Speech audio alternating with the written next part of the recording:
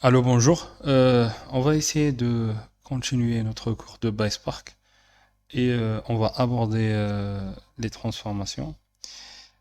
Alors, on a parlé la dernière fois sur l'architecture de Spark et on a parlé comment Spark est organisé sous maître et sous forme de maîtres et slaves. Et ce qu'on va essayer de voir aujourd'hui, on va essayer de voir des commandes directement. D'accord. Alors, ici à la gauche, j'ai la présentation et à droite, on va essayer d'exécuter des codes directement sur Google Colab.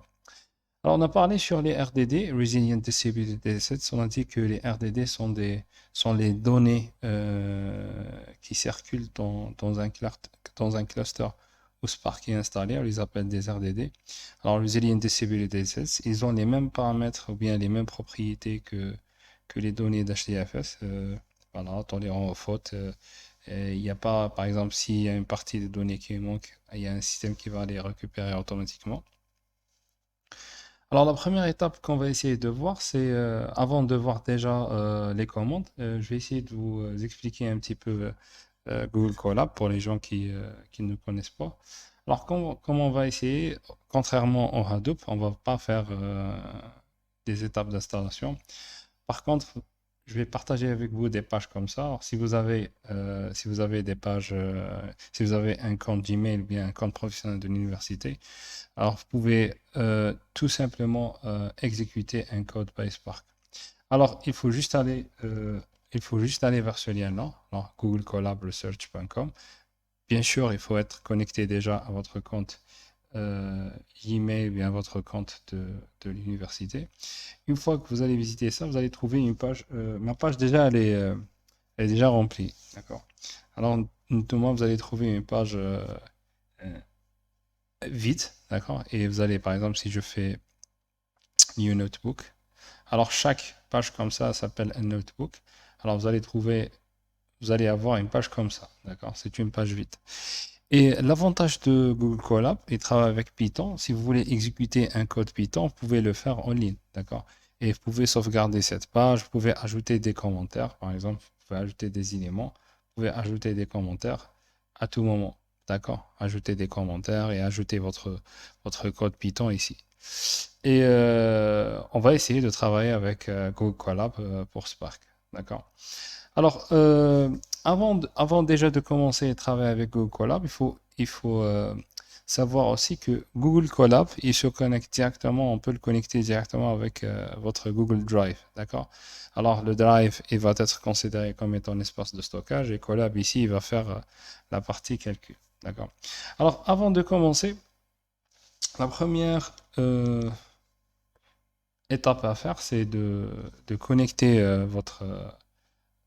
votre page, d'accord? Il faut la connecter, le notebook. Il faut le connecter au serveur de Google, d'accord? Il faut juste cliquer ici.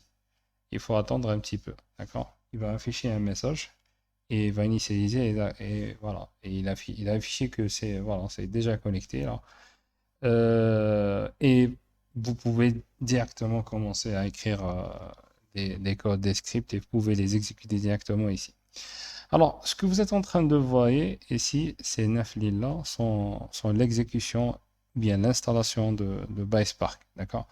Alors, ça nécessite une installation, mais même cette installation, on va la faire dans Google Colab. Alors, si je vais exécuter ça, je vais attendre un petit peu. Alors, qu'est-ce qu'il est en train de faire? Il est tout simplement en train d'exécuter la tâche. Et ce que vous voyez là, euh, ce truc, par exemple, vert, il est en train d'afficher l'étape, ou bien l'instruction où il est en train d'exécuter à l'instant donné. D'accord?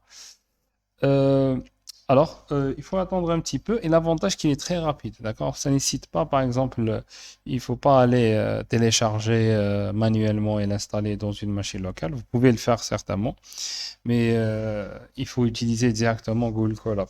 Il est beaucoup plus rapide sur l'installation. L'inconvénient qu'on a ici, c'est quoi? C'est que vraiment, c'est pas un inconvénient et ça ne cite pas une bonne connexion Internet puisque c'est juste une page HTML qui se charge entre nos yeux et c'est lui qui va faire l'installation, elle se fait entre le serveur de Google. ce serveur-là et le serveur de Apache Spark, d'accord? Vous êtes juste en train de visualiser et vous êtes en train de lancer des instructions. Et il y a des machines qui sont connectées à cette page ici et vous êtes en train d'envoyer des instructions directement à ces machines-là et l'avantage qu'il est déjà gratuit, d'accord? Euh, alors déjà, vous pouvez voir qu'il nous a accordé pour la RAM, il nous a accordé 12 Go de RAM et il nous a accordé 107 Go de disque. D'accord. Alors, une fois l'installation est faite, vous allez voir ce signe-là qui signifie, voilà, vous allez voir une minute, que ça veut dire que ce script a resté ou bien a pris une minute pour qu'il finisse l'exécution. Et voilà. Même si vous allez cliquer ici, voilà, si vous allez cliquer sur ces fichiers-là, vous allez voir, voilà, ici, vous allez voir qu'il a déjà téléchargé ce Spark-là, d'accord? Puisqu'on on est en train d'exécuter ici, on est en train d'exécuter des commandes de Linux. Et voilà, et c'est apt-get install OpenJDK. On a demandé qu'il installe Java, il l'a fait. Et on a fait wget if. On a demandé qu'il télécharge Hadoop, d'accord? Et après, il fait le nzip, alors il décompresse le fichier, et il installe le PySpark, d'accord? C'est ça les instructions à faire. Alors, il faut faire attention parce que peut-être quand on va commencer à travailler, à chaque fois, il évalue, leur Spark, il évalue, à chaque fois, il développe une nouvelle version. Si vous allez visiter, par exemple, ce site-là, si je vais prendre la partie jusqu'au Spark et je vais visiter le site, voilà, vous allez trouver, ouais, ça va vous donner cet résultat-là. Alors, nous, qu'est-ce qu'on a choisi? On a choisi Spark 3.2.1.2. D'accord? Alors, il faut juste le vérifier parce qu'à chaque fois, ils font des mises à jour. D'accord?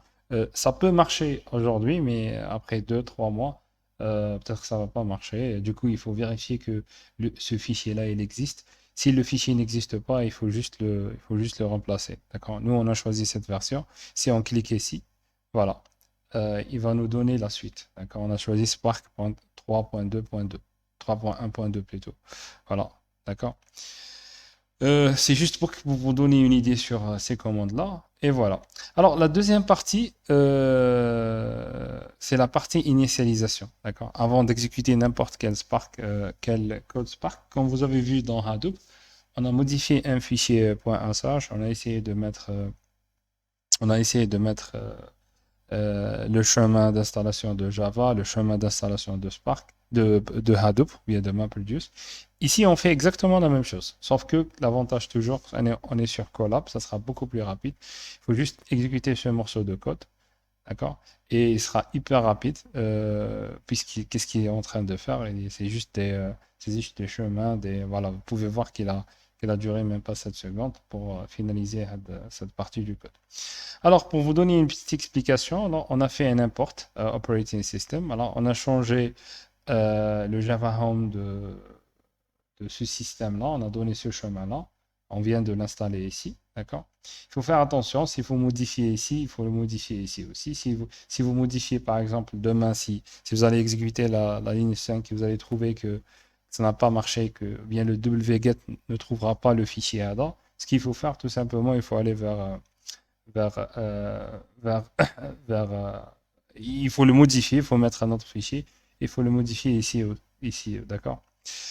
Alors, on a fait un import pour ne pas le faire à chaque fois dans le code et on a initié Spark, on a démarré Spark, on a fait un autre import et on a créé un contexte, d'accord? Alors, on a essayé d'initialiser notre cluster de Spark.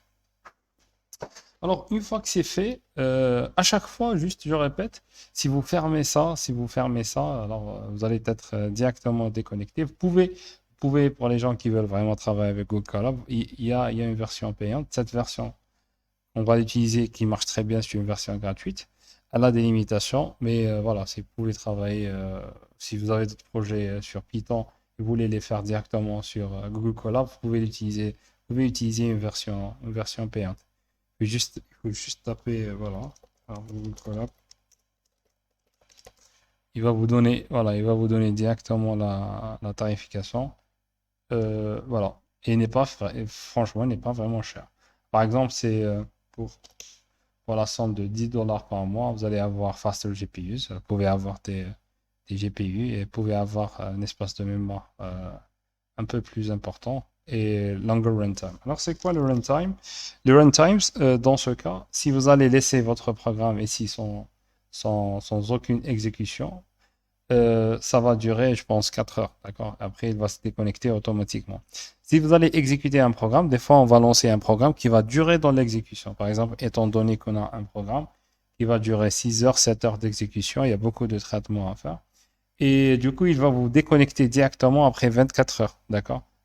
Juste après 24 heures, même si votre travail, si votre programme il est en train d'exécuter, il va automatiquement il va automatiquement arrêter, Colab va arrêter cette exécution, il va vous déconnecter de son cluster. Oui, voilà, c'est une version gratuite qui a des avantages et des inconvénients. Sinon, si vous voulez un runtime beaucoup plus long, il faut aller vers la version payante. D'accord? Pour nous, on a besoin, nous allons travailler que avec cette version-là, elle est déjà suffisante pour nous. Alors, je reviens à la présentation. Alors, je disais qu'il y a une possibilité de créer des RDD. On peut créer des RDD. Les RDD, il faut les imaginer comme étant des données. C'est des données distribuées dans un cluster.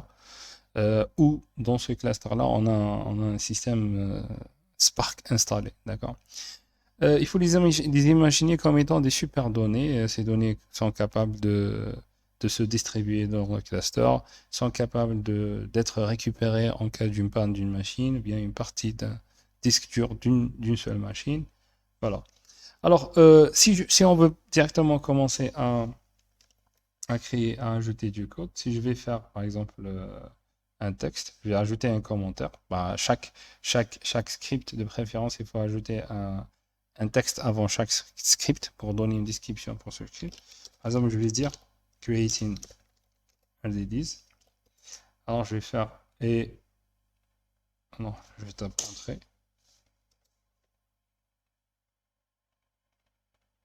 Voilà. Et qu'est-ce que je peux faire? Je peux créer un autre, je peux créer le code, d'accord? Si je prends ce premier code-là, déjà, si je le prends, je vais le mettre ici et je vais l'exécuter. Voilà, déjà, il n'est pas en train de reconnaître SC Parallelize. Alors, l'idée, c'est que, oui, je sais qu'est-ce qui manque ici. Alors, généralement, on ne fait pas directement ça. Je vais vous expliquer qu'est-ce que je suis en train de faire. Il faut dire, premièrement, Spark Context. Et après, il faut dire ça. D'accord? Voilà, ça marche. Alors, l'idée, c'est quoi? On a importé le contexte, le Spark Sessions. C'est le Spark Sessions, d'accord? Qu'on est en train d'importer. Après, il faut importer le contexte. Alors, dans Spark Session, on va trouver l'objet Spark Context. Et après, il faut aller il faut appeler une fonction parallelize. Alors, une fois qu'on fait ça, qu'est-ce qui se passe? Alors, on a un serveur qui a lancé cette commande. Alors, la commande, il faut faire attention, la commande, elle s'exécute dans le serveur, dans un serveur Spark. Et qu'est-ce qu'il va faire automatiquement? Le serveur, il va créer ces données-là dans son réseau de distribution. Ben, par exemple, si je veux par exemple schématiser ça rapidement, si on prend par exemple, voilà, on prend ça. Par exemple, si on a un serveur ici et on a des nœuds, par exemple ici, sont vraiment distribués. Et par exemple, je veux créer un ensemble de données 1, par exemple 2, 3, par exemple 4. Qu'est-ce qu'il fait le serveur? Il va pas les créer ici dans le serveur, d'accord? Il va, une fois qu'on a exécuté une fois qu'on fait la commande qu'on vient de l'exécuter, il va automatiquement, il sait très bien, il a une information. On a parlé de Zookeeper, par exemple, euh, de Hadoop. Et il est composé des logiciels qui savent très très bien qu'est-ce qui se passe dans chaque nœud, par exemple le nœud 1, 2, 3, et il va automatiquement lancer la création dans ces nœuds ici. D'accord? Il ne va pas lancer la création ici, après il va faire la distribution, sinon on n'a rien fait. D'accord? Il va par exemple, il sait très bien que si on suppose que la machine, par exemple 3, par exemple la machine 2 et la machine 1. Si on suppose que la machine 3, c'est une machine puissante, d'accord? Il sait très bien que c'est une machine puissante, du coup, il va dire que voilà, je vais créer 3 et 4 ici, d'accord? Et je vais créer, par exemple, le 2 ici, et je vais créer le 1 ici, d'accord? Alors, le 1, c'est le 1 ici, et le 2, c'est le 2 ici, voilà, c'est le 2 là. Et le 3 et 4, c'est les deux derniers éléments, d'accord? Alors, c'est comme ça que ça se passe la création. Nous, le code qu'on vient d'exécuter, on l'a exécuté ici, dans la partie serveur. D'accord? Et c'est le serveur qui va faire la distribution, il va faire le switch vers les nœuds, vers ces nœuds de cluster. D'accord? Alors, je répète, il ne va pas faire la création dans le serveur, sinon on n'a rien fait. Il va directement créer les données, il va directement les distribuer sur, euh, sur, euh, sur, sur ces machines. D'accord? Et c'est ça le concept, hein, c'est ça le concept de Spark. D'accord. Alors, si je fais maintenant, si je veux faire, par exemple, si je veux afficher la valeur de liste, si je fais, alors dans Python, alors c'est purement Python, pour afficher un message, ou bien un objet, ou bien une variable, il faut taper liste, d'accord. Il faut taper print, désolé, d'accord. Il faut utiliser print. Voilà. Alors, ce que vous êtes en train de remarquer, on a fait print, mais il n'a pas affiché les éléments. D'accord? Pourquoi? Tout simplement, on a dit parce qu'il ne possède pas les éléments. Il sait qu'il y a une variable qui s'appelle ici. Il sait qu'il y a, si je vais changer par exemple, alors si je vais changer la couleur, voilà. Il sait qu'il y a une variable qui s'appelle liste. D'accord? Il le sait ça. D'accord? Il le sait qu'il y a une variable qui s'appelle liste. Mais il sait le type de liste. Il connaît c'est quoi le type de liste, mais il ne sait pas exactement les valeurs. D'accord? Il sait très bien que liste, elle est propagée. Il y a une partie ici, il y a une partie ici, il y a une partie ici. Il sait le type de liste, mais il ne peut pas, étant donné dans l'instant T, on ne peut pas dire quelle est la valeur de liste. Alors, pour afficher la valeur de liste, il faut lancer une commande. D'accord? Il faut dire à ces nœuds-là, alors donnez-moi votre valeur de liste. D'accord? Et alors, cette commande, elle s'appelle collect. Si je fais, par exemple, si je reviens ici, et je fais point, ensuite je fais point collect, alors ça veut dire que je suis en train de faire une demande. Voilà, je peux voir 1, 2, 3. D'accord? C'est la valeur qu'on vient de créer. On a créé 1, 2, 3. D'accord? Je peux ajouter 4 pour pour suivre l'exemple qu'on vient de le faire. D'accord? J'espère que vous avez compris cette partie. C'est un concept très important. Euh, il faut comprendre que l'exécution, que c'est le serveur qui lance l'exécution et les données sont vraiment distribuées. D'accord? Si on va afficher la partie liste, cette variable toute seule, on va juste avoir, voilà, on va juste avoir le type de liste. Alors, liste, c'est quoi? Il a dit que le type, c'est Parallel Collections. C'est une liste et RDD, d'accord? C'est un type de données RDD. Mais il ne connaît pas les valeurs. Alors, pour connaître les valeurs, il faut lancer une commande dans le serveur. Alors, on a dit que la commande, elle s'appelle collect, d'accord? Avec cette commande, tout simplement, si je reviens pour la dernière fois, si je reviens ici, cette commande collect, il va, alors ce nœud-là, il va renvoyer les résultats, le nœud header, il va renvoyer les résultats, le nœud header, il va renvoyer les résultats, et du coup, il va faire l'agrégation, il peut nous afficher, il nous donner le résultat final qui est 1, 2, 3, 4. D'accord? Voilà. C'est pour la première partie. Il y a d'autres types de. On peut créer. On peut faire. Il y a d'autres façons de créer des données dans Spark. N'oubliez pas, il faut ajouter Spark context ici, d'accord, après SC pour que ça va marcher.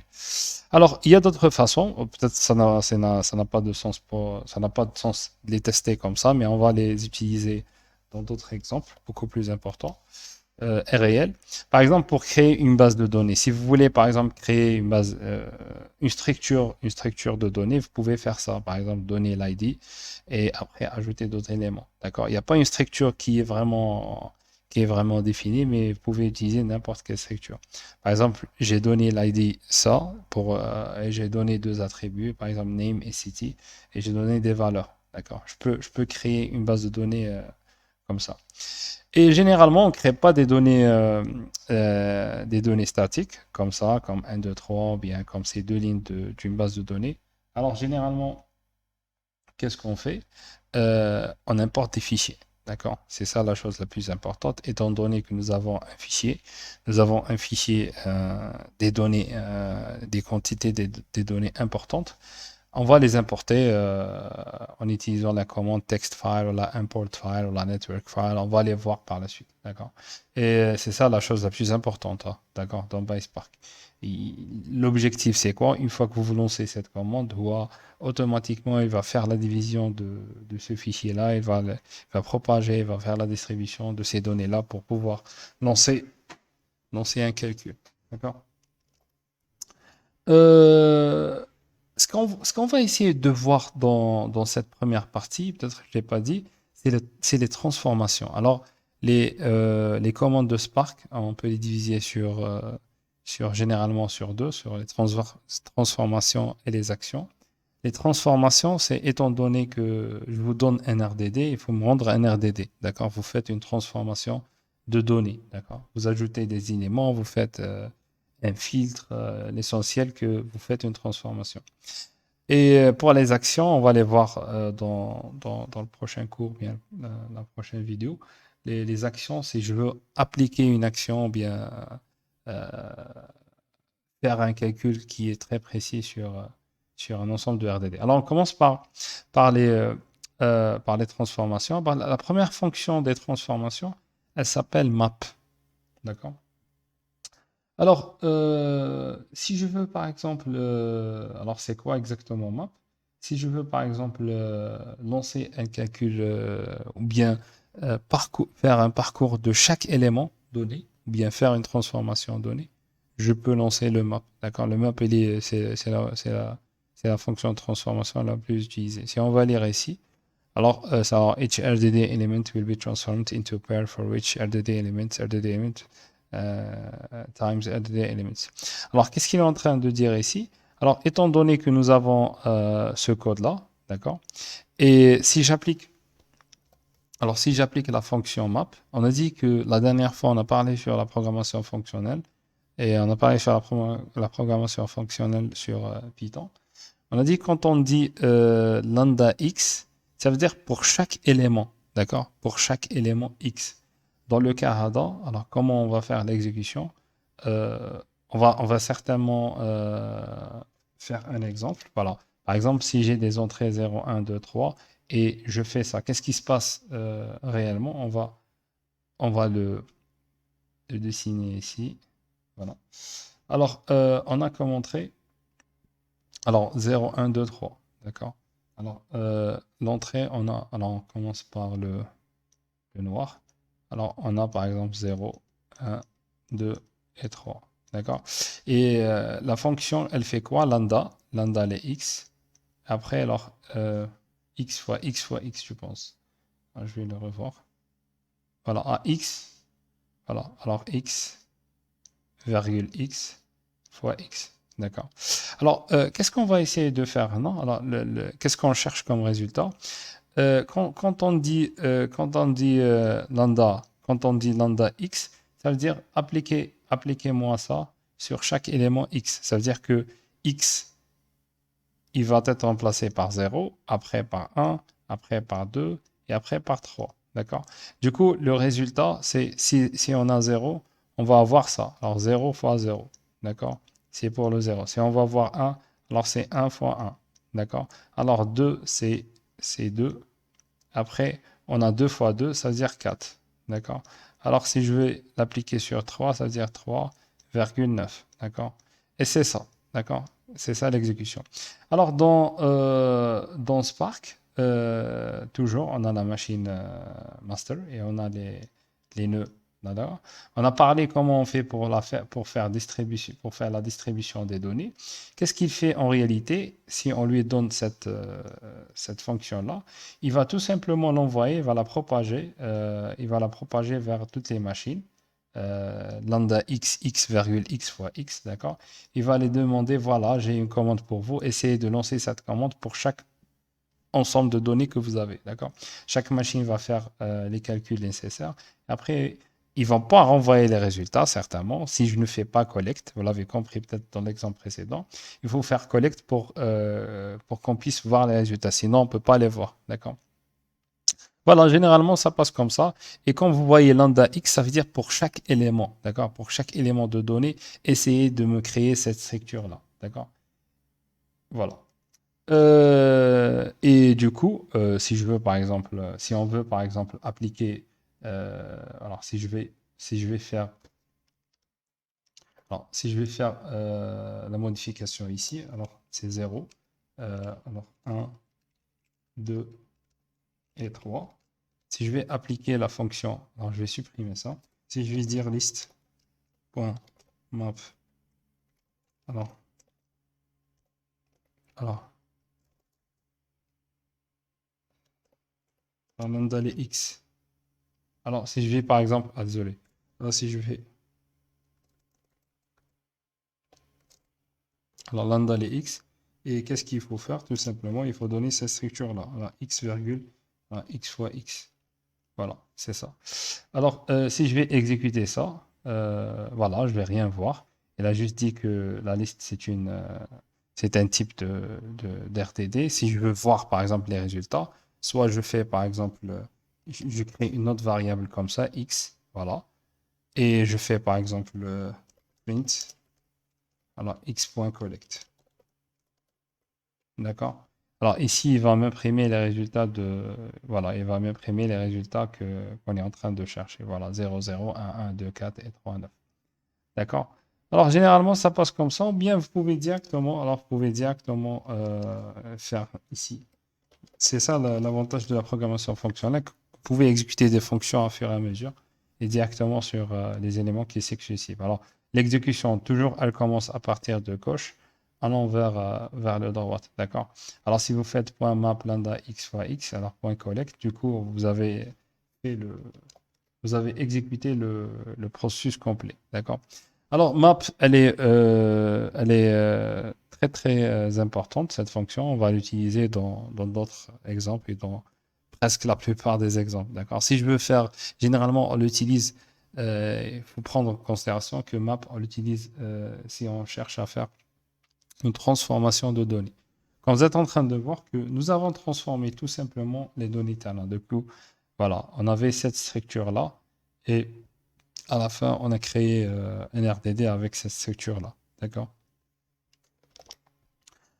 Alors, il y a une autre option, ou bien une autre fonction de transformation qui s'appelle filter. Alors, filter, peut-être le nom, il indique déjà qu'est-ce qu'il fait. Alors, si j'ai par exemple des entrées comme ça, euh, voilà, si j'ai des entrées comme ça, et si j'applique la fonction filter, et j'ai dit ici pour chaque lambda x, alors c'est toujours la même chose pour chaque élément x, pour chaque 1, pour chaque 2, pour chaque 3. Qu'est-ce que je fais? Ici, c'est une condition. Il faut faire attention. Alors, qu'est-ce que je dois faire? Tout simplement, x modulo 2, alors c'est égal à 1. D'accord? Du coup, je suis en train de dire, alors donnez-moi les nombres impairs. D'accord? Ça veut dire que si il satisfait de la condition, il de la condition, je vais le retourner. Sinon, je ne vais pas le retourner. D'accord? Alors, si vous allez exécuter ça, je vous laisse pour aller un petit peu, pour aller rapidement sur ça. Si vous allez exécuter ça chez vous et vous allez tester ça, toujours, je le répète, il ne faut pas oublier le contexte ici. D'accord? Il ne faut pas oublier toujours, je le répète, il ne faut pas oublier cette partie-là. D'accord? Le Spark Context. Si vous voulez, par exemple, exécuter ça, ça va donner un 3. D'accord? Là, return a new RDD containing only the element that satisfy conditions. Alors, les fonctions de transformation, toutes les fonctions de transformation vont retourner des RDD. D'accord? C'est toujours, on aura des RDD. Pour les fonctions des actions, peut-être qu'on aura des entiers et d'autres types de données, mais pour, euh, pour les fonctions de transformation, on n'aura que des RDD. D'accord? Et toujours, je répète et je vous rappelle que tout ce qu'on est en train de faire, c'est un contexte big data. Ça veut dire que ça dépend, ça nous intéresse pas votre quantité de données, quelle que soit la quantité de données que vous avez, vous pouvez exécuter ces commandes-là sur Spark, dépendamment sur la taille des données, puisque ces données-là, ces fonctions-là sont automatiquement distribuées. Et vous êtes en train de voir la simplicité déjà de Spark par rapport à Hadoop MapReduce qu'on a utilisé la dernière fois. Voilà, c'est pour filtre. Alors pour flat map, flat map c'est quoi? Qu'est-ce qu'elle fait?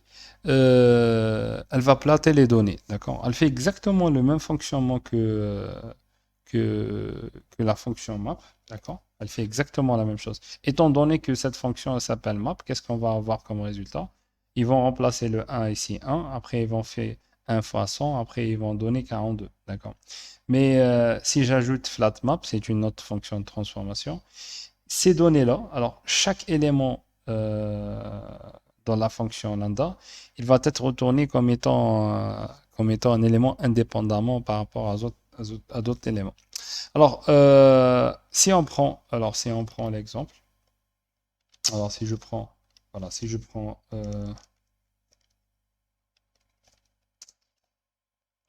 alors si je prends l'exemple ici, je vais juste prendre cette partie-là, je vais la mettre ici, voilà. Et si je vais l'exécuter, alors il manque une parenthèse, et je vais expliquer c'est quoi la différence. Voilà. Voilà, j'ai oublié de faire les deux parenthèses comme ça. Collect aussi, c'est une fonction. D'accord. Alors, je veux que vous voyez déjà la différence entre map. Si je vais remplacer ça avec map et je vais l'exécuter encore une fois. Voilà. Vous allez voir que on a commencé par trois éléments. Un, 2, 3. Et on a reçu trois éléments. Voilà. Un, c'est le premier élément. Le deuxième élément. Et ici, c'est le troisième élément. D'accord? C'est exactement, on a le même nombre d'éléments d'entrée et la sortie. C'est pour la fonction map. Map, elle travaille de cette manière. D'accord? Elle préserve le nombre d'entrées ou bien le nombre d'éléments d'entrée. D'accord? On a fait un petit traitement. Alors, j'espère que certainement vous l'avez compris. C'est exactement comme l'exemple précédent. Sauf ici, on va mettre 1, d'accord? Puisque c'est x, c'est 1. X, il faut mettre x ici. Après, x fois 100. Alors, 1 fois 100, c'est 100, d'accord? Après, 42, il faut mettre 42 directement, d'accord? Et on répète la même chose pour 2, ici. Et pour 3, d'accord? Ici. Alors, si je fais ça avec FlatMap, si je fais ça avec FlatMap, voilà, si je fais ça avec FlatMap et je relance, voilà, qu'est-ce qu'il va donner? Alors, c'est exactement, si vous remarquez, c'est exactement le même résultat, voilà, sauf que les données talent maintenant sont flattées, d'accord? C'est-à-dire que platées plutôt. Ça veut dire que ça veut dire que les données talent sont distribuées. Alors, quelle est la différence entre map et flat map? Tout simplement, flat map, il va pas préserver le nombre de données. Il va considérer que chaque élément ici, il sera indépendamment de nombre d'éléments d'entrée. D'accord? Il va prendre le 1, il va considérer comme étant un seul élément, le 100, un seul élément, un autre élément, le 42, et aléha. D'accord? Il ne va pas préserver le nombre d'éléments, mais il va plater les résultats. Il va faire le même travail de map, sachant qu'il va plater les résultats. D'accord? Voilà. Voilà. Si on veut lire ça. Alors, return a new RDD by first applying a function to all elements of that RDD, then flattering the results. OK? Alors, il y a une autre plutôt fonction qui s'appelle mapValues. Alors, qu'est-ce qu'elle fait cette mapValues? Alors, d'ailleurs, si vous voyez le mot values, ça veut dire qu'elle s'applique seulement sur la partie value. D'accord? Seulement sur la partie valeur. Si on prend un ensemble de données comme ça, alors si je vous dis quelle est la partie clé, quelle est la partie valeur, on a vu ça dans, on a vu ça dans,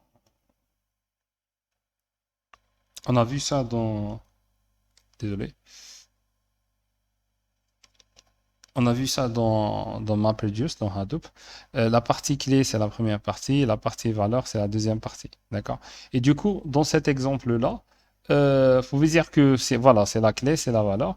Si je fais mapValues, ça veut dire que j'ignore directement, je suis en train d'ignorer la partie clé. Ça veut dire appliquer cette fonction-là, ça veut dire le lambda x ici, le x là, il ne sera pas à 3, 2, 1, mais il sera directement ce tableau-là. D'accord? Si je fais values, d'accord? Je vais faire une transformation directe A. Voilà. Pour ce script-là, qu'est-ce que j'ai fait? J'ai fait map values. Pour chaque lambda x, fais-moi la somme de x. d'accord? Et si je veux afficher les résultats, il va m'afficher, d'accord? Il va préserver bien sûr les clés, il va m'afficher directement les résultats. Comme vous êtes en train de voir, si je prends le même code, voilà, et si je vais le mettre, si je vais essayer de le mettre ici, et voilà, je vais supprimer tout ça. Alors, voilà. Alors, si je veux, alors, de préférence, il faut la garder dans la même ligne. D'accord? Si je veux afficher le, voilà, je veux afficher le Y, bien sûr, avec la fonction collect. Voilà, je vais avoir ça. Imaginez que si je veux remplacer ça avec map, qu'est-ce que ça va se passer? D'accord?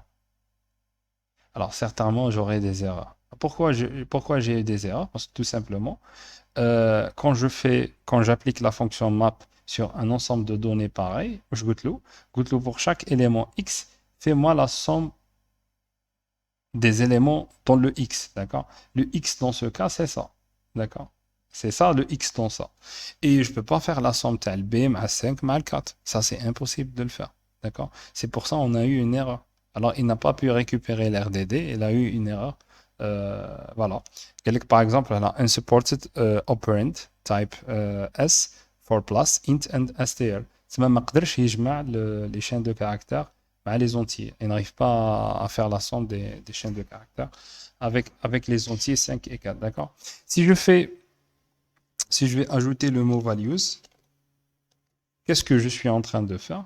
Je lui ai dit, hey, ignore-toi la partie clé, d'accord? J'ai dit, voilà, directement, tu dois ignorer cette partie-là. Il va prendre que la partie values, d'accord? Et c'est la partie values, c'est la deuxième partie, d'accord? Je vais exécuter, je vais avoir le résultat, voilà. Bien sûr, dans l'affichage, il va afficher les clés, d'accord? Parce que c'est une fonction, lors d'entrée, j'ai dit que cette fonction-là, il faut l'appliquer seulement sur la partie 5 et 4. Voilà. Voilà, c'est ma values. Voilà. Alors, نقرأ le texte. Hein, يقول لك, the use is recommended when the key does not change. Alors, si on a un ensemble de données où nous avons des clés, voilà, une clé comme celle-là, B et A, alors vous pouvez utiliser voilà, pour dire que pour garder exactement la même clé et appliquer une fonctionnalité. Alors ici, il faut faire attention. Ici, on n'est pas en train de dire que les mêmes clés, fait la somme ou bien non. On n'est pas en train de faire ça du tout. On a dit seulement appliquer une fonction sur la partie valeur et pas sur la partie qui. D'accord? On a d'autres fonctions. Alors vous allez trouver une similarité entre. Peut-être vous allez trouver une similarité entre SQL, MySQL, quelques commandes de MySQL et les commandes de PySpark. Et vous allez voir que selon les data frames, un chapitre dans PySpark, vous allez pouvoir exécuter carrément un code SQL dans un cluster PySpark. D'accord. Alors, qu'est-ce qu'elle fait la fonction groupBy? Alors, qu'est-ce qu'elle fait exactement? Alors, la fonction GroupBy, elle va regrouper des données, d'accord? Elle va faire un regroupement. Mais pour qu'elle puisse faire ce regroupement-là, il faut tout simplement, donner une condition de regroupement, d'accord? Il faut donner la clé, voilà. Alors, qu'est-ce qu'on a dit? Non, on a dit tout simplement, alors si nous allons lire ce programme-là. Alors, on a créé un ensemble de données. Alors, c'est des chaînes de caractères, 4 noms. Et on a dit que, alors, x.groupBy lambda w. Alors, ici, il faut faire attention. Vous pouvez dire ce que vous voulez. X, vous pouvez écrire y, x, z, ce que vous voulez. D'accord? Il faut juste le préserver. Non? Si vous avez utilisé ici lambda x par exemple, les 0, si lambda y égale les 0, ainsi de suite. D'accord? Alors, qu'est-ce qu'on a dit? On a dit lambda les W, W les 0. Ça veut dire, tout simplement, j'ai demandé à mes ordinateurs dans le cluster, là, à mes machines, de faire un regroupement en utilisant la première lettre. D'accord? Cette lettre-ci. D'accord? Du coup, qu'est-ce qui va arriver? Le G, on a deux, d'accord? Le A, par exemple, on a un seul. Le F, on a un seul. Et on aura ce résultat-là, d'accord? Alors, A, un A, alors J, John et James, et F, Fred, d'accord? On a fait un regroupement direct, d'accord? Voilà.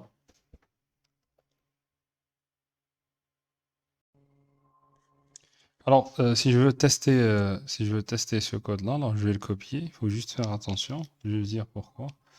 Je vais le coller ici. Alors, je vais faire un zoom. Voilà. Alors, si je vais faire, comme d'habitude, je vais faire point collect. Et dans cette fois-ci, je vais afficher. Alors, je vais afficher Y.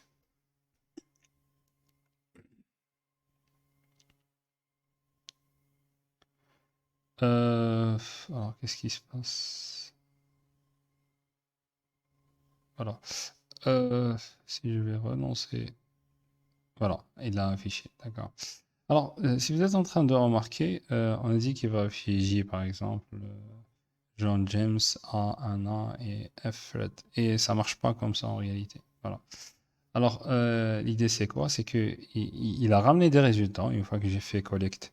Il a ramené les résultats vers le serveur, mais il a compris que, par exemple, ici, voilà, c'est le J, by Spark. Alors, l'élément qui se trouve ici, en principe, c'est John et James.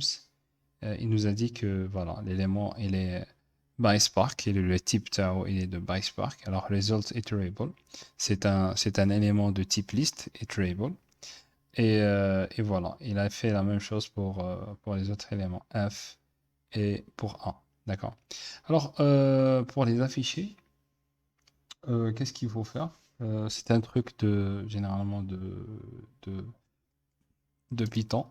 Par exemple, je peux faire, par exemple, je vais créer une boucle for, par exemple, for d in, in y. Alors, je vais dire y. Si je veux afficher, par exemple, si je veux, par exemple, afficher les éléments de J ici, par exemple, si je veux les afficher à dos, qu'est-ce que je dois faire? Alors, tout simplement, je fais for d in y. euh, et après, il faut spécifier, d'accord? Alors, Y, c'est quoi? Y, c'est, quand vous êtes en train de voir, d'ailleurs, c'est un tableau, d'accord? C'est un tableau euh, de deux dimensions généralement, d'accord? Alors, si je fais Y les 0, ça veut dire que je suis en train de viser le premier élément, d'accord? D'accord? Si je fais Y les 0. Et si je fais Y ici les 1, ça veut dire que... Alors, Y les 0, ça veut dire que c'est le premier élément. D'accord? Et Y les 1, ici, ça veut dire que cet élément. D'accord? Si je fais Y, si je fais Y les 0, ça veut dire Y les 0, 0, ça veut dire cet élément-là. D'accord? C'est le premier élément.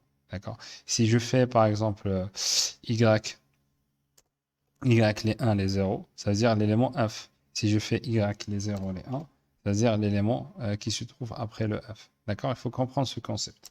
Ou il faut faire attention aussi, hein, parce que si je vais refaire si je vais relancer l'exécution, je peux ne pas avoir cet ordre-là. D'accord? On a eu le F, par exemple, et après on a eu le dernier élément, c'était le A. D'accord? Si je relance l'exécution, je peux recevoir le A ou le Loul, parce que le concept, il est simple. Quand je fais collect, il y a des machines qui travaillent en parallèle, ils vont renvoyer les résultats. Alors, le premier qui va envoyer le résultat, c'est le premier que je vais l'afficher. D'accord? Alors, si je veux afficher les éléments qui se trouvent ici, voilà, qui se trouvent ici, add les éléments, par exemple, dans le tableau, là, hadou, là, hadou, là, hadou, je peux faire ça. Voilà. Et tout simplement, je fais print. Alors, print D. Alors, on va essayer qu'est-ce que ça va donner comme résultat. Voilà, ça va donner John et James. D'accord. Alors, il faut peut-être, peut-être ça va venir avec le temps, mais dans Python, pour faire une boucle for. Alors, qu'est-ce que j'ai dit là? Pour chaque élément, j'ai dit pour chaque élément D dans cet objet-là. Alors, affiche-moi cet élément D. D'accord? Parce que si je veux, c'est tout simplement, si je veux par exemple supprimer l'élément D, voilà, si je fais print y, et je fais ça. Je sais pas pourquoi je dois relancer, voilà. Alors, l'élément hada qu'on vient de l'afficher, voilà, elle est là. Il se cache ici. C'est le type Tao et les BySpark. Elle est iterable. D'accord? Iterable, ça veut dire qu'il contient beaucoup de résultats. D'accord? Voilà, c'est une façon pour afficher, euh, c'est une façon pour afficher les éléments qui se trouvent ici. Parce que certainement, vous allez tester ça chez vous, vous allez trouver que vous n'allez pas avoir les mêmes résultats que moi. Mais c'est tout à fait normal. Alors ça, c'est group by. On a essayé de grouper les données en se basant sur, euh, sur le premier élément, la lettre Lula. Il y a aussi ce qu'on appelle group by key. Alors group by key, elle est beaucoup plus simple à comprendre à mon avis. Alors si supposons que nous avons un ensemble de données comme ça, et je veux regrouper les données par la clé. On a dit, et je répète encore une fois, que la clé c'est la première partie, d'accord? Et la valeur c'est la deuxième partie. C'est-à-dire la valeur taille. Et هذه la clé تاعي d'accord. Alors إذا أنا je prends x هذا le RDD تاعي et je dis group by key d'accord. Qu'est-ce que ça va se passer? Directement il va grouper les éléments par la clé, voilà. Il va prendre le A par exemple, il chauffe les valeurs en commune par exemple, et tout simplement il va regrouper les A. A كاين هنا 3 3 2 3 كاين 3 2 1 1 3 2 1, les éléments sont là. Et le B, par exemple, il y a 4 5. D'accord? Voilà. Et pour l'affichage, c'est toujours la même chose, hein, puisque vous avez deux éléments qui sont composés. Si vous allez faire le collect, vous allez voir le A, spark by spark.iterable. D'accord? Il faut faire la boucle pour pouvoir afficher et voir les résultats. Voilà, regrouper les valeurs de chaque clé dans le RDD d'origine, créer une nouvelle paire où la clé d'origine correspond à ce groupe de billets collectés. Alors, on a une autre fonction qui s'appelle reduce by key. Voilà. Alors, jusqu'à maintenant, si vous êtes en train de remarquer, on a utilisé pour lambda, on a utilisé une seule variable. D'accord? On a fait lambda x ou bien w. Alors, ici, le map values, on a fait lambda x. Et pour le flat map, on a fait lambda x. Quand vous voyez lambda x, ça veut dire qu'elle s'applique sur chaque élément séparément. D'accord. Cependant, par exemple, pour le group by, on n'a pas utilisé. Il y a pas, parce que group by, c'est group by key. D'accord. On n'a utilisé aucun paramètre. On lui a dit tout simplement groupez-moi ces éléments par la clé. Par exemple, on va ici, par exemple, si vous allez voir cette fonction-là, elle s'appelle déjà, cette transformation, elle s'appelle reduce by key. D'accord? Alors, qu'est-ce qu'elle fait exactement, le reduce by key, étant donné que nous avons des entrées comme ça. Alors, nous avons des entrées comme ça. Et si j'applique reduce by key, alors je suis en train de dire que pour chaque deux éléments qui ont la même clé, applique-moi ça. D'accord? Je répète. Quand je dis lambda x virgule y, il y a des fonctions dans Spark qui s'appliquent sur chaque deux éléments et pas un seul élément. Chaque deux éléments, je peux appliquer cette fonctionnalité. Ça veut dire quoi? Ça veut dire le x, le y, le 1, 3, le x, et le 1 moins 5, le y. D'accord? Parce que j'ai dit reduce by key, qui ont la même clé, ça veut dire que prendre deux éléments qui ont la même clé. Voilà. Comment. Pour le dire autrement. Alors, qu'est-ce qu'il va prendre? D'ailleurs, le 4, il va faire aucune opération. D'accord? Parce qu'il y a une seule clé 4. D'accord? Il va afficher le 4 directement. Là, il a affiché alors 400. Et pour le 3 aussi, il va l'afficher tel qu'il est. Alors 3, 2, 3, 2. Par contre, pour le 1, il va trouver deux éléments, d'accord, x et y. Alors, il va prendre en considération hada x ou hada y, ou bien hada x, hada y. Qu'est-ce qu'il va faire? Il va faire tout simplement x fois y, d'accord? Il va faire 3 fois 100, d'accord? Et ça va... désolé, il va faire 3 fois moins 5, d'accord? Ils ont la même clé. Il va faire 3 fois moins 5, ça va donner moins 15, d'accord? C'est ça l'idée de reduce by key. Alors, reduce by key, qu'est-ce qu'il fait? Il va regrouper les éléments qui ont la même clé et appliquer une opération qui se trouve ici. D'accord? C'est une opération qui nécessite deux éléments à la fois. et pas un seul élément. Voilà. Alors, nous avons un exercice ici. Nous avons trois exercices. On va essayer bien sûr de les faire ensemble. Alors, le premier exercice, il dit quoi? Alors, j'ai un input comme ça. Alors, 5, 6, 45, voilà, un input, un ensemble de données. Et je veux avoir une sortie comme ça. Alors, on a fait le ordered even. C'est quoi? C'est le pair impair. D'accord? On a fait le pair impair dans MapReduce, mais comment on le fait dans Spark? D'accord? Vérifiez que dans MapReduce, c'est toujours un petit peu plus complexe. Ça nécessite beaucoup de code, beaucoup de fonctionnalités à faire. Mais ici, ça sera voilà, beaucoup plus court, beaucoup plus simple. Alors, pour faire cette fonctionnalité, je vais prendre déjà ces éléments ici. Je vais les copier, non? Voilà, alors, je vais les mettre, voilà, je vais les mettre ici. Voilà, je vais les mettre ici. Donc,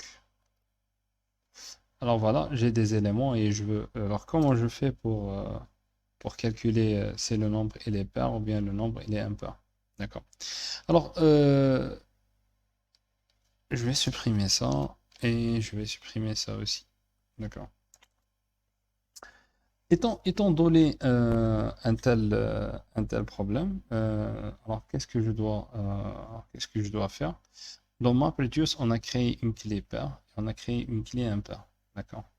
Et tout simplement, on a essayé de retourner la clé, de faire un test et dans la partie map. Et une fois qu'on a détecté, on a fait modulo 2, si le nombre et les paires, on envoie par exemple pair, virgule 1, si le nombre il est impair, on envoie impair, virgule 1. D'accord. Ici, c'est exactement la même chose. Si je prends par exemple x.map, voilà. Si je fais lambda les x. Alors maintenant, pour chaque élément x, je vais faire un test. D'accord? Je veux appliquer un test et je veux tout simplement appliquer un test et dire si le nombre et les paires, alors donner si le nombre et les paires, alors donner par exemple paire virgule 1.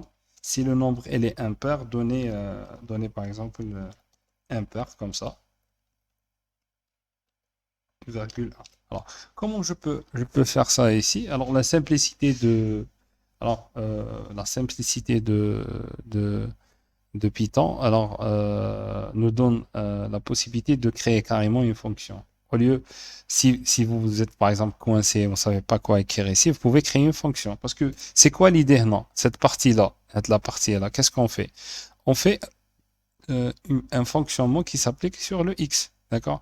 Qu'est-ce que je veux appliquer sur le X? On le met ici. D'accord? Qu'est-ce que je peux faire? Je peux créer carrément une fonction. Voilà. Je peux créer une fonction def.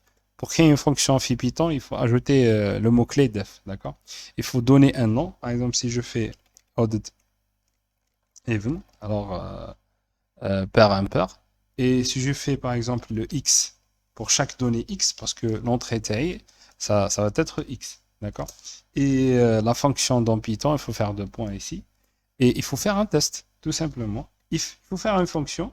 If, par exemple, le x, alors, if x modulo 2, alors, je vais mettre ça ici, égale à 1. Alors, qu'est-ce que je fais? Je fais return ce qu'on a dit tout à l'heure, par exemple. Alors, audit. Alors, ça veut dire qu'il est impair, hein, d'accord? Virgule 1, voilà.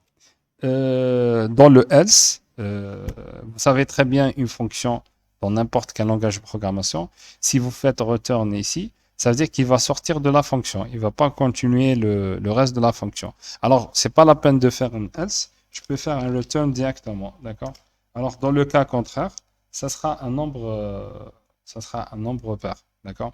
Alors, even, alors virgule 1, d'accord? Je je vous donne aussi un autre avertissement pour Python. Alors, il faut respecter l'étape, hein, d'accord? Non, il faut, par exemple, si vous allez mettre la fonction ici, ça ne va pas s'exécuter, d'accord? Il faut respecter les espaces. Par exemple, si le if elle contient le return, je vais mettre le return ici, d'accord? Il faut faire attention, il faut respecter l'étape dans Python. Voilà, j'ai fait ma fonction. J'ai fait une simple fonction dans Python. Qu'est-ce qu'elle fait cette fonction? Elle va recevoir un nombre, d'accord? Ici, le nombre il est pair, elle va renvoyer odd 1. Si le nombre il est impair, elle va envoyer even 1, d'accord? Qu'est-ce que je peux faire maintenant ici? Tout simplement, je vais faire appel à cette fonction-là, d'accord? Alors, odd even x, d'accord? Et voilà, si je veux afficher qu'est-ce que j'ai fait jusqu'à maintenant. Alors, je vais l'exécuter. Alors, nous avons une erreur. Voilà, l'erreur, c'est quoi? Il ne faut pas oublier les deux points ici. D'accord? Après chaque. Voilà. Alors, Wishdelna, qu'est-ce qu'on a eu jusqu'à maintenant dans l'exécution ici? Alors, il va prendre chaque élément. D'accord?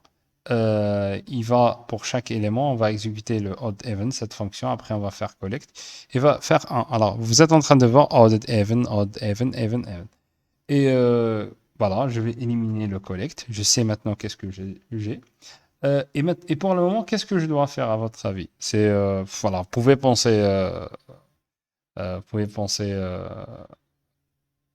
bien poser, faire une pause, essayez de penser qu'est-ce qu'il faut faire. Je vous conseille de faire ça à cette étape ici, puisque vous deviez connaître le résultat. On vient de faire l'exemple, mais voilà, pour vous donner le résultat directement, vous pouvez utiliser le Reduce by Key, d'accord? On vient juste de parler sur le Reduce by Key. On a dit que le Reduce by Key, il travaille avec la clé. Il va prendre en considération que la clé est exactement la même. Il va faire un calcul. Alors, si vous faites Reduce by Key ici, on a dit que le Reduce by Key, il va prendre en considération deux éléments, X et Y. Alors, qu'est-ce que je dois faire? Tout simplement X plus Y. D'accord? Alors, je vais faire collect. Et je vais imprimer. D'accord, voilà. Alors, qu'est-ce qui se passe ici? Alors, jusqu'ici, on a compris qu'est-ce qu'on a. Et alors, dans la deuxième phase, dans la deuxième partie, on a appliqué le reduce by key. On lui a demandé pour chaque deux éléments x et y qui ont exactement la même clé. Alors, fais-moi x plus y. D'accord? Et le reduce by key ne va pas prendre en considération la clé. Par exemple, quand on avait audit 1, 1, 1, il va prendre audit à part, il va prendre les 1 hadoctal audit, il va les augmenter. Alors, 2 par 2, 2 par 2 jusqu'à la fin. D'accord? Voilà, voilà un exemple simple d'une fonction, par exemple, sur, euh, sur, euh, sur PySpark. D'accord? Euh, voilà, je trouve que voilà, je trouve que c'est assez beaucoup plus, un peu plus simple que Hadoop. C'est un concept qui est très puissant. Alors, Spark, il est considéré de nos jours le langage le plus puissant dans le Big Data, puisqu'il permet d'analyser des données colossaux colossales plutôt, mais avec un code qui est très réduit. Et le code, il est scalable, d'accord? C'est-à-dire que si la taille de données change, le code ne va pas changer puisqu'il va prendre en considération tous les éléments du contexte. Voilà. Alors, si on passe, j'espère que vous avez compris cet exemple. Alors, si on passe à l'exercice, si on passe à l'exercice 2, alors le input, alors nous avons un input comme ça, d'accord? Ça, c'est un exemple qui est très simple, on l'a fait déjà. B5, B4, A3, ta.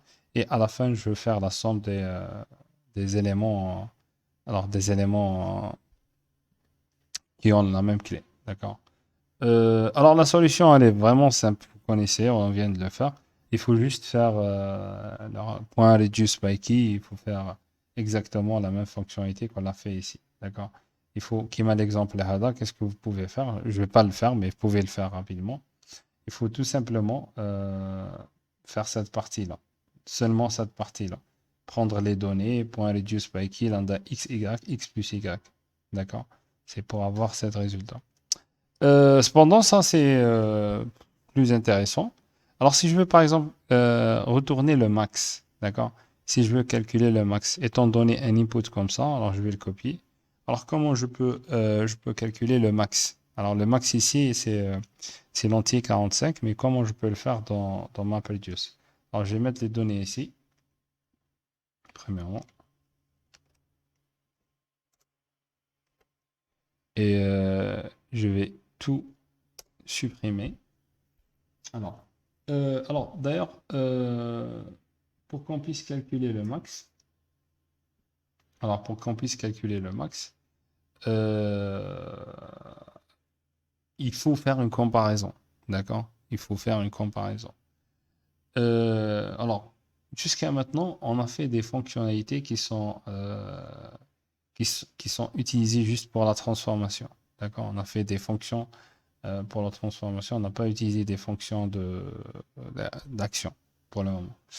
Alors, comment je peux commencer? Comment je peux comparer déjà deux éléments? Alors, la meilleure façon de faire la comparaison de deux éléments, c'est d'utiliser la fonction reduce by key. D'accord? Si je veux comparer deux fonctionnalités, il faut utiliser la fonction reduce by key. D'accord? Il faut faire une transformation. Si je fais x.map, d'accord? Si je fais lambda, alors si je fais lambda x, alors pour appliquer le reduce by key, il faut créer des clés. D'accord? Moi, j'ai pas des clés, j'ai des éléments, j'ai pas vraiment des clés. Alors, qu'est-ce que je peux faire? On a dit qu'on peut utiliser map pour faire une transformation. Je peux créer une clé, liée par exemple 1, virgule x. D'accord? Si je vais appliquer la fonction collect ici, et je vais relancer ça, qu'est-ce que je vais avoir? Voilà, je vais tout simplement, pour chaque élément, Hazo, et crée-moi la clé 1. D'accord? Crée-moi l'élément 1. Voilà, il a répété tout ça pour tous les éléments qui existent ici. Alors, une fois qu'on a créé la clé, qu'est-ce qu'on doit faire? Je peux faire reduce by key. Reduce by key. Voilà, je peux faire reduce by key. Et pour le reduce by key, pour chaque deux éléments, alors lambda x, virgule y. Ici, on va avoir un problème, hein. Alors, lambda x, virgule y. Euh, alors, calcule-moi le max. C'est x, il est supérieur à y. Donne-moi x. C'est x, c'est y qui est supérieur à x. Donne-moi y. D'accord? Ici, on va créer, ce qu'il faut faire, il faut créer une fonction. D'accord? Alors, il faut directement créer une fonction. On va créer une fonction ici. On va l'appeler peut-être def max entre deux éléments x, virgule y. On va mettre deux points ici. Et on va avoir un simple test. If x est supérieur à y, alors return x. Alors, dans deux cas. Dans le cas contraire, return y. D'accord? Voici la fonction que j'ai. Et je vais appliquer cette fonction ici. Alors, je vais mettre cette fonction ici. Alors, max x, virgule y. Et je vais essayer de faire l'exécution. Voilà. Alors, il manque toujours ça. Voilà. Alors, à la fin, j'ai eu mes résultats. Si je fais point collect, voilà. J'ai pu avoir le résultat final qui est 1,45. D'accord? Voilà, c'est une façon qui est très simple pour faire ça. Mais il y a une façon beaucoup plus simple, hein, d'accord? Mais en utilisant une fonction qu'on n'a pas encore faite, qui s'appelle la fonction reduce. Mais jusqu'à maintenant, on a fait map et reduce by key. Voici une façon pour qu'on puisse faire ça. Et on a eu le résultat qui est 45 à la fin. D'accord? On a eu cette résultat-là. Voilà. Euh, alors, qu'est-ce qu'il reste ici? Alors, par exemple, ici, c'est une comparaison entre reduce by key et group by key. D'accord?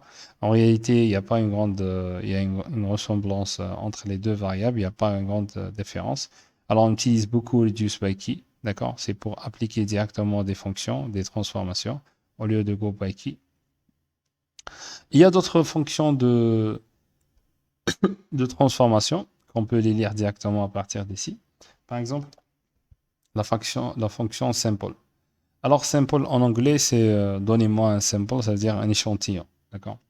Alors, qu'est-ce qu'elle fait cette fonction d'échantillon? Tout simplement, si vous avez un ensemble de données et vous voulez appliquer cette fonctionnalité samples, elle va vous donner un sous-ensemble de ces données-là. D'accord? Si vous faites x.samples et vous disiez 0,5, ça veut dire que atteignez 50% des données de x aléatoirement. D'accord? Ça veut dire ça.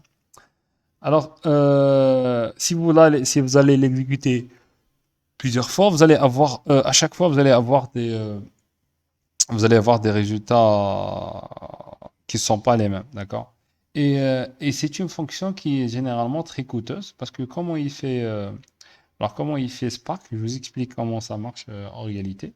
Je peux vous expliquer ça ici dans l'architecture, bientôt en dessinant. Alors, Spark, généralement, qu'est-ce qu'il fait?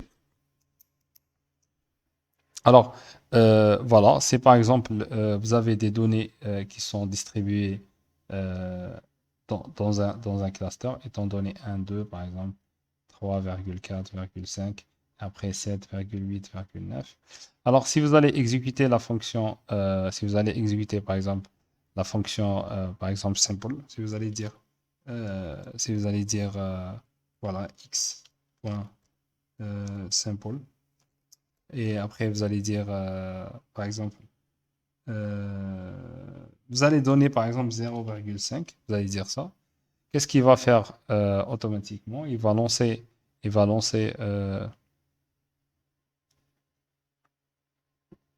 voilà. Alors, il va lancer l'exécution. Il va demander. Après, il va faire un calcul avant. Il sait très bien que comment les données sont distribuées. Il sait très bien que, par exemple, si on a combien d'éléments? 1, 2, 3, 4, 5, 6, 7, 8, 9. D'accord? On a 9 éléments. Et c'est à peu près que ici, on a à peu près 20% des éléments. Ici, à peu près, on a peut-être 35%. Ici, peut-être, on a 35%, un peu plus. Et ainsi de suite. Qu'est-ce qu'il fait quand on exécute cette commande-là? Le master, il va essayer d'envoyer des commandes, d'accord, pour récupérer les 50%, d'accord, des données. Et des fois, il va faire des précautions. Il va dire, ah, pourquoi récupérer 50%? Je peux récupérer plus, d'accord, je peux demander plus, d'accord. C'est pour ça, si vous allez, par exemple, si vous allez en entrer 6 éléments, d'accord, bien 9 éléments ici, vous faites 50%, vous pouvez avoir 5 éléments, vous pouvez avoir des fois 6 éléments, vous pouvez avoir des fois 4 éléments, d'accord?